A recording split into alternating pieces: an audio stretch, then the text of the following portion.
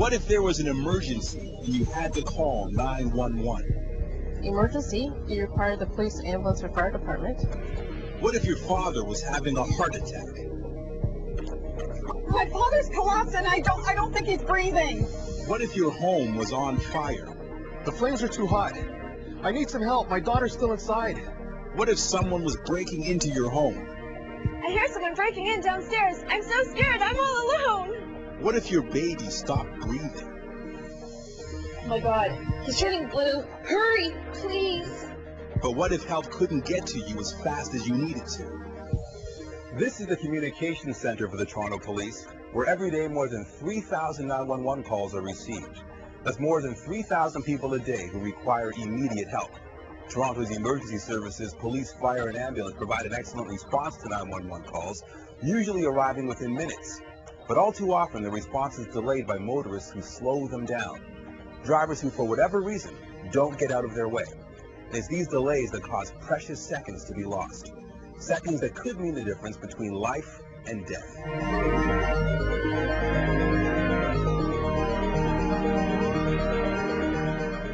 It's very important to get to these calls in a timely manner because, first of all, somebody there has dialed 911 to let us know that they need assistance. It could be medical, it could be a crime in progress, and a timely response is crucial.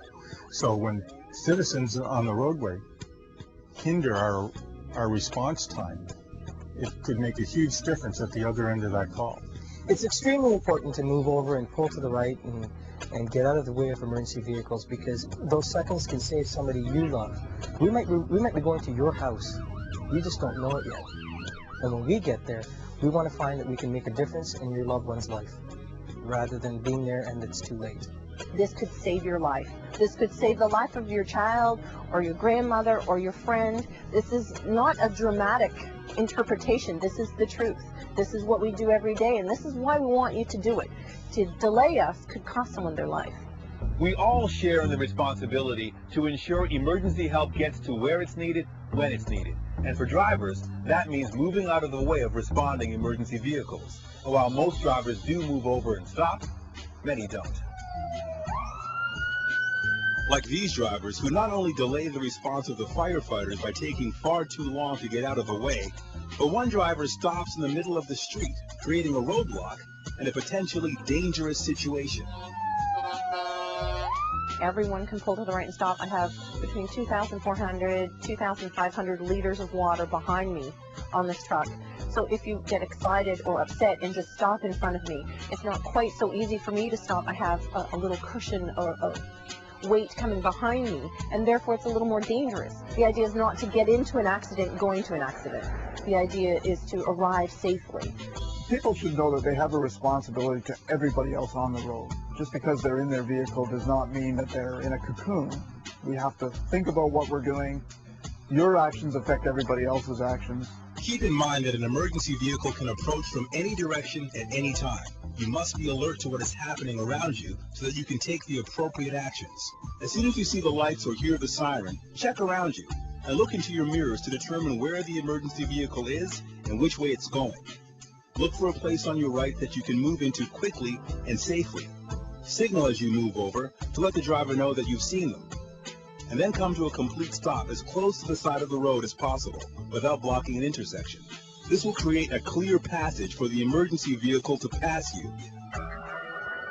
Now compare the response times between when the drivers didn't move out of the way of the fire truck and when they do. And on a one-way street such as this, you can move over to the right or left side.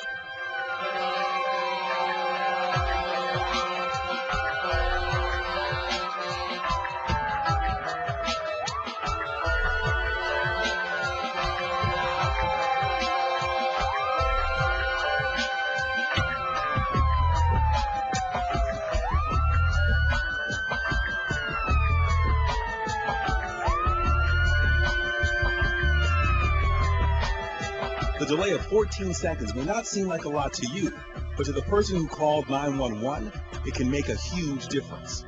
Fire doesn't stay in one state very long. If we're going to a fire call, it builds. And the longer it has time to build, the worse the fire is going to be. So what may start out as a kitchen fire or a small fire on the stove, if we get delayed once, it's now a kitchen fire. If we get delayed 2 or 3 times, it's now the first floor of a house fire. If we get delayed 4 or 5 times on the way to that call, it could be a fully involved house. We were responding to this call and the driver would not move, would not move, would not move. And finally, he did end up moving over to the side. And when we got there, it was his house that was on fire. And we were delayed to the point where we couldn't actually enter the house. But property damage was extensive because this particular person actually did it to themselves.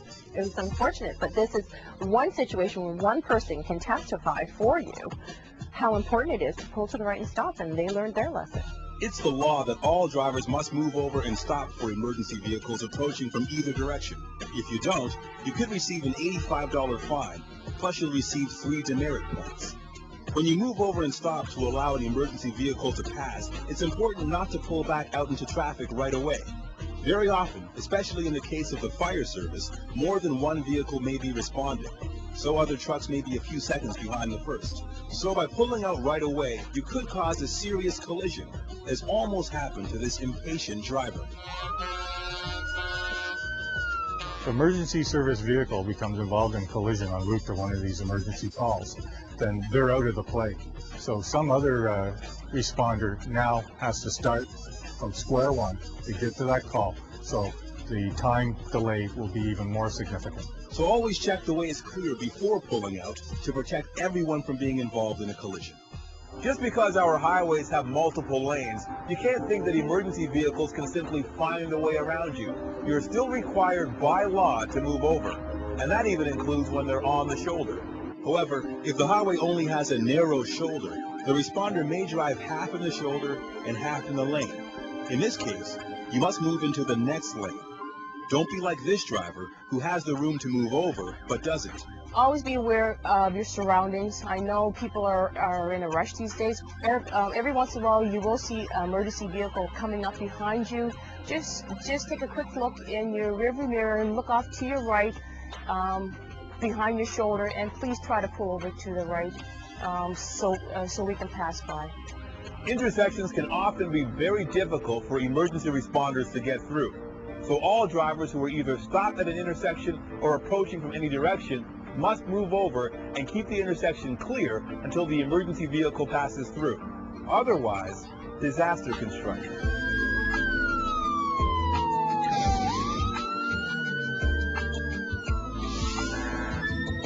As the police car approaches this intersection, these drivers just stop where they are, even though it's their responsibility to move.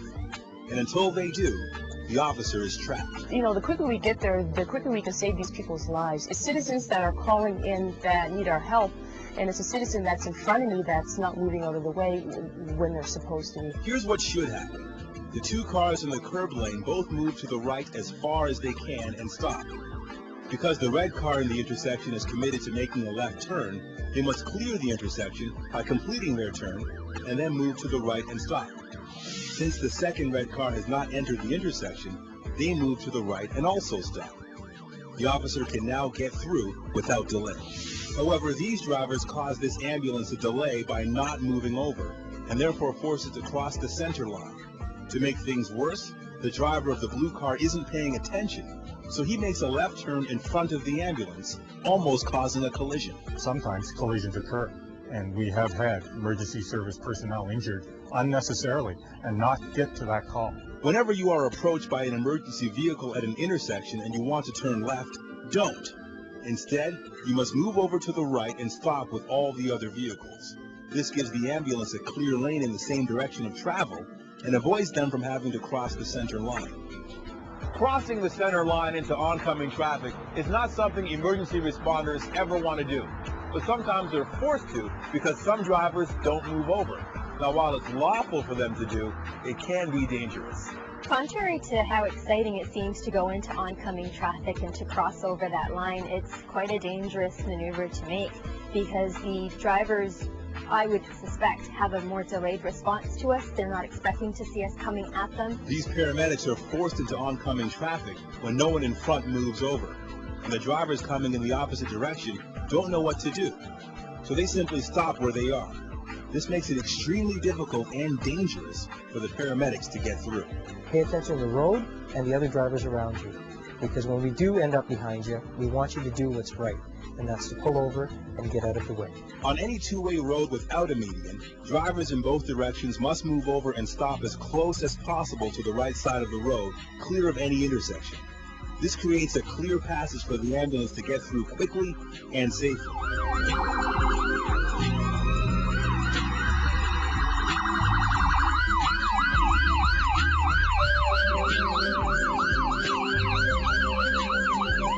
See the difference? When all the drivers move to the right and stop, the ambulance saves 7 seconds. Those 7 seconds may not seem like much to you, but they mean a great deal to the patient in the back. Just ask 30-year-old Terry Flynn. He was on his way to pick up his 2 young children one afternoon when he discovered just how important those few seconds can be. I was just driving along doing about 65 kilometers an hour and coming to I can see the top of a hill and I seen a dump truck. Never really thought much of it, but then it started to do some swerving and then I heard this bang. And all of a sudden I seen this dump truck coming head on to me. The dump truck had blown a tire, which caused it to cross the highway and smash into Terry's minivan, tearing it apart and pushing it into a field. Terry, who was severely injured, was pinned inside for 30 minutes before they got him out. Terry had a skull fracture, a badly damaged arm, left arm, and in reality, life-threatening condition. Although Terry received immediate medical attention at the scene and while in ambulance, Ian was greatly concerned about the long drive here, the trauma unit at Sunnybrook Health Sciences Center. He had to watch every minute ticking on the clock as Terry's life was hanging in the balance. Now, when I get down to the 401, it would just stop in all lanes. Now, this is the difficulty I had, was to try and get through that traffic and safely, but as quickly as possible, to Sunnybrook. People were great. They were excellent. They're really part of the team. They pulled to the right, they did it in a safe manner, a quick manner, and thanks to them, that we saved his life. In the ideal situation, the patient would get the definitive medical attention needed within an hour of the accident actually happening. And in many cases, including Terry's, this could mean the difference between living or dying. I'd like to say thank you to those drivers. I appreciate what they did. I would do the same thing for them in that matter. I am thankful to be here for my wife and my kids, and it's thanks to getting to the hospital on time. Those drivers moving out of the way and getting me there, those vital minutes count. It's a classic case, every second counts, and those seconds saved my life. Another way to help save lives is by showing courtesy to others by moving over when you see them stop at the side of the highway. Maybe their car broke down or they have a flat tire. With cars and trucks driving by at high speeds, it's certainly a dangerous situation and one that could happen to any of us. But emergency services workers experience this danger every day, whether they have stopped a car or are assisting someone who needs help. If a picture says 1,000 words, then this police in-car camera footage speaks volumes.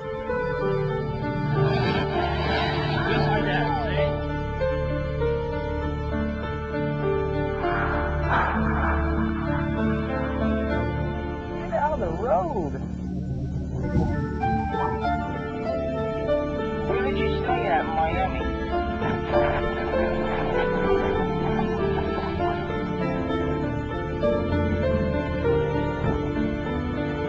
The increasing number of roadside collisions that involve death or injury to emergency services personnel prompted the Ontario government to enact a law to help keep them and the people they may be with at the roadside safer.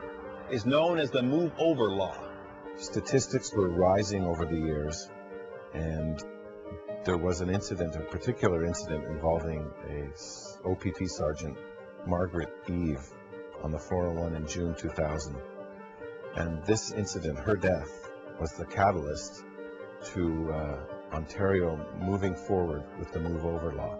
It was along this stretch of the 401, just outside Chatham, that Sergeant Margaret Eve and 2 other OPP officers, Constable Brad Sacolo and Constable Patty McPhail, had stopped the vehicle. The gold Intrepid, which was a suspect vehicle, had pulled over. Brad staggered to the left behind that vehicle, myself staggered to the left behind Brad, and Mark staggered to the left behind me. creating kind of a safety lane so that we could approach and every single person was out of their vehicle. Within a few minutes, we realized that these were not the suspects from the robbery, and we were just about to send them on their way, when all of a sudden I just had this huge urge to turn around. It felt like someone was leaning on my back. There was a spray of gravel in front of my face and then just blackness. I can see 2 cruisers that have been, 3 that have been demolished. Yeah, 3, you say there's 3 cruisers demolished? I can see 3 that are demolished right here. I'm right across from it. What's going on? The officers are all down. The officers are all down. Okay, hurry. Okay, we're going to get right there right now. A guy down in a truck?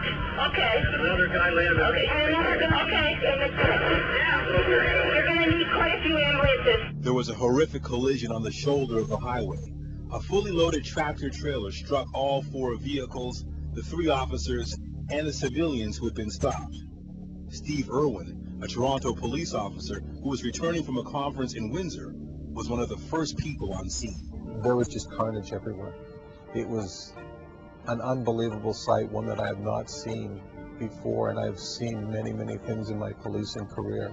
One vehicle had been hit with such impact, it had spun down through a ditch, turned around to face the oncoming traffic, and was probably about 50 feet away from the actual roadway, facing the wrong way. The second vehicle was perpendicular to the highway. It had been split in half. I didn't realize it was an OPP vehicle because it had been cut down the middle as if a saw had cut it from bumper to bumper. The third vehicle was still, I believe, in the area of where the initial impact had occurred. There were 3 areas that I found OPP officers down. 2 of them, the officers were certainly able to speak and tell me their names. And then the third victim was OPP Sergeant Marguerite. She was not conscious. She was very badly injured. As a result of the collision, Sergeant Margaret Eve sustained serious life-threatening injuries. She was immediately airlifted to the London Health Sciences Centre Trauma Centre. She was taken to the operating room for life-saving surgery and then transferred to the critical care unit. Despite our best efforts, she passed away as a result of her serious injuries sustained at the scene. It was definitely the most horrible time in my life. I guess the most absolutely frustrating part for me is that I know that it is preventable. That accident was preventable. We were stopped for a good 10 minutes of people not having any problem getting around 3 fully lit cruisers. But then all of a sudden, boom, we were hit by this tractor trailer unit who, for whatever reason, did not see us. Had the person who hit us moved over, this would have never happened. Well, it's hard to put into words what that's done to us because, as I say, she was such a big part of our family. She was a wonderful mother. She has 2 beautiful kids, Ryan and Colleen. The beautiful thing is that Colleen has her eyes, so we still have that. But she was a really good mother and a great sister, a great daughter to Dad. And she had a loving relationship with her husband, John. They were partners and, you know, just a real match. And he's struggling. And, you know, for the rest of us, her brothers and sisters are left behind without her and without her. We just miss her. She was just awesome. We had a lot of fun. She you know, could bring you up when you were down, and she just helped me a lot in a lot of areas of my life. I miss her a lot, and it's a shame. I only knew her for a short time, but I'm a better person for it. I was totally blessed for the time I had with her. There's a lot of resentment still lives on in all of us because it was so preventable. There's no reason why she shouldn't be here today. She was, you know, as much as her family, she loved her family so much. She loved being a policeman, and she was an excellent policeman. And for her to be killed doing something that she loved it's pretty hard. We're not just cops, we're moms and we're daughters and we're husbands and wives, and when we lose an officer, it's tragic and it's preventable. So it's just so important and it's so easy. To me, it's a common sense law. Slow down when you see an officer on the side of the road and give him room, him or her room, to do their job. That's what they're there for.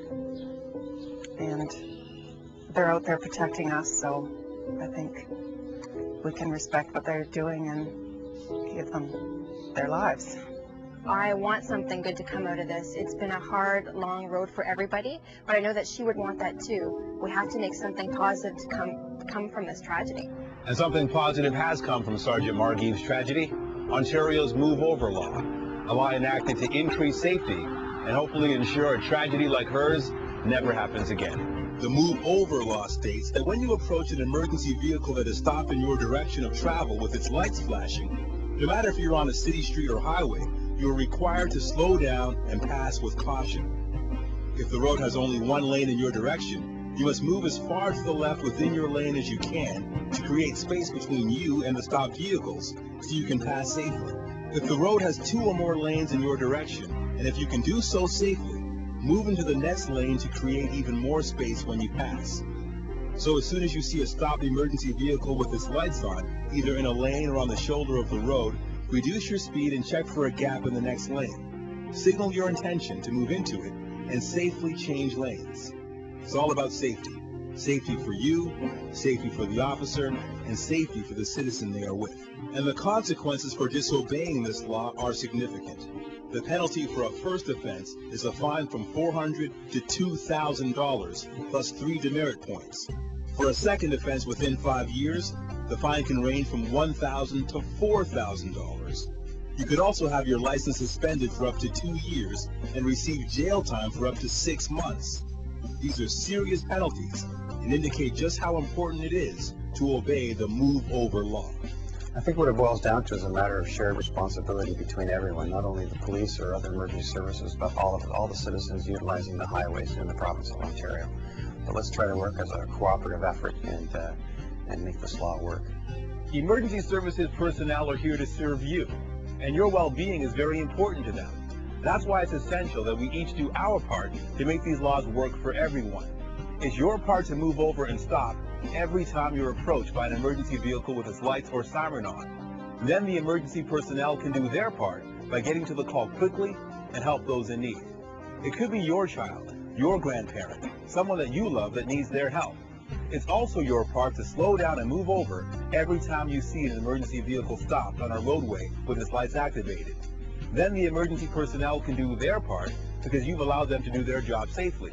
In either situation, moving over is something we all need to do. Not some of us, not some of the time, but all of us, all of the time. So please, move over and protect us all.